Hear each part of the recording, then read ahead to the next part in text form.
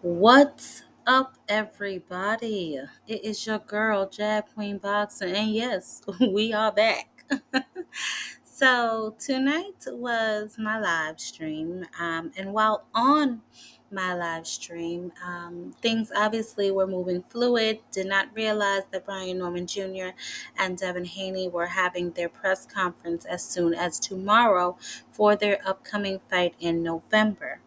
So, while on our live, we watched a couple of interactions between the two young men. And so I wanted to go back to kind of see if I can construct a story to, where this all kind of went wrong. So this is where it started. About Devin Haney, what's going to happen in this fight? I'm going to do my thing. Once again, I'm Brian Norman. Welcome to the Norman Experience. That's it. Hey, what's your final message to Devin Haney? Hey, man, just be ready. You know what I'm saying? I'm going to throw down. Hopefully you throw down as well. Let's go and get at it. Obviously, you can see that is when Brian Norman Jr. first arrived at where it appears to look like maybe a hotel, or getting prepared to do some sort of meetup with the Haneys. And they did. This is what happened when they first saw each other inside the lobby. That's the best fight in the world. They all gonna see it. Obviously, it appeared as though everything was fine. They appeared to be giggling and laughing with one another. Just kind of taking small little jabs at one another. And somehow it escalated to this. Yeah, the bell. He did not come none. That's what you say. He did not come none. You don't want to do that.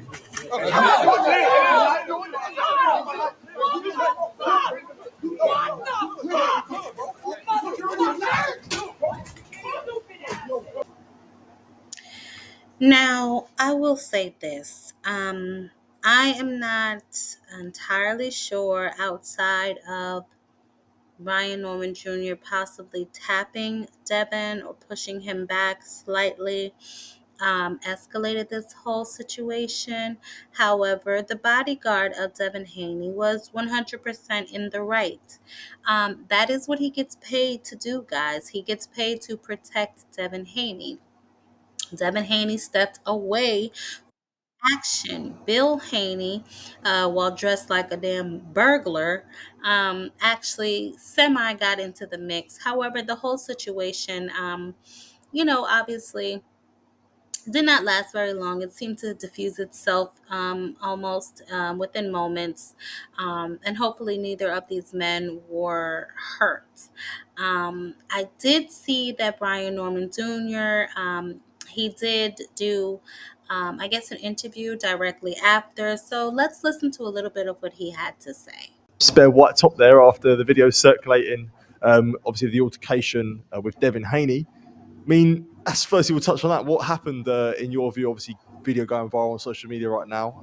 From your view, what happened? I just want to say, I just work here. I was just caught in the midst of it. I was a casualty in the midst. I was just vibing and chilling. I was just vibing and chilling. You know how life go. But bodyguard came up acting all funny or whatever. So he ripped my little white tee. You never rip a black man white tee. I don't know if you know about that. I don't know. But yeah. So I had to flip big dude after that. But we had to make magic happen. Yeah, I guess what were your thoughts when that's going on, especially after it? When the video shows sort of a bit of escalation, especially from Haney's bodyguard there. Yeah, we be vibing, man. We just be chilling. We just good people come in and shake hands and show teeth. You know how the gang go. I don't know why they came with all this hostility, my brother. Why do you think they come with? Why do you think they come? If you had a reason, They might be a little nervous. I don't know what it is. You know what I'm saying? Maybe they trying to put all their energy on us now. It's still gonna be the same thing. You still going to sleep.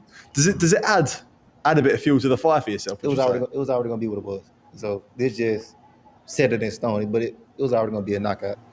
So obviously, Brian Norman Jr. is trying to remain professional, given what just took place. He says that November was always going to go the way that it's going to go.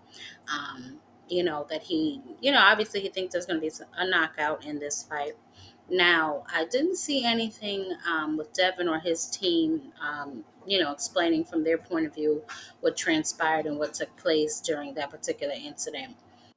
Um, as I said, I think that it escalated a little quickly. However, I do think that Devin's security did what they were supposed to do. Devin obviously is, the money. He's the client. So they have to make sure that he is okay, make sure he does not get into any type of physical altercations before his fight takes place in November in the ring with Brian Norman Jr. Hopefully everybody's okay. Look like just a little dust up between boys. And hopefully they both make it to the fight in November. I know tomorrow is their press conference, so we will see what happens there. Now, on to more foolishness at the highest level. I swear all these boxers is losing their damn mind. So apparently there is now some sort of beef between Teofimo Lopez and Richardson Hitchens, where he is telling him to come to the fight this weekend. He wants to schedule his next fight with Teofimo Lopez.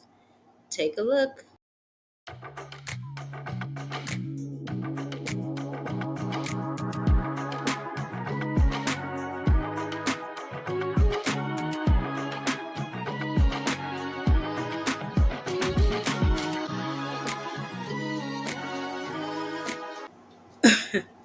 Richardson Hitchens is funny. So apparently there seems to be some back and forth between Richardson Hitchens and Teofimo Lopez. Richardson Hitchens is accusing him of not being from New York. If you all remember last month, around this time, I believe it was, around this time last month, Richardson Hitchens had a really great performance against George Kambosos. He won by TKO in the eighth round. Now, if you all remember, Teofimo Lopez jumped into the ring after that fight. I was under the impression that he was going to call Richardson Hitchens out. However, he did not. Now, obviously, they're engulfed in some sort of back and forth on social media. And, Richardson Hitchens is saying, hey, let's make the fight, which I really don't think should be a difficult fight to make since they are both managed by Keith Connolly. That should be a relatively easy fight to make. And if I'm not mistaken, I mean, Teofimo is looking for a fight. He missed the opportunity to fight Devin Haney. He obviously passed on the opportunity that he had previously to fight Keyshawn Davis. And obviously, Boots Ennis has other plans for his career. So this would be a good fight for Teofimo Lopez to have. It'll be a good name for both of their resumes. So let's see if this fight can get made. Hell, I'll even name the fight for him King of New York. Well, for now, guys, that's all I have. Until next time, y'all know what to do. Catch me on a panel.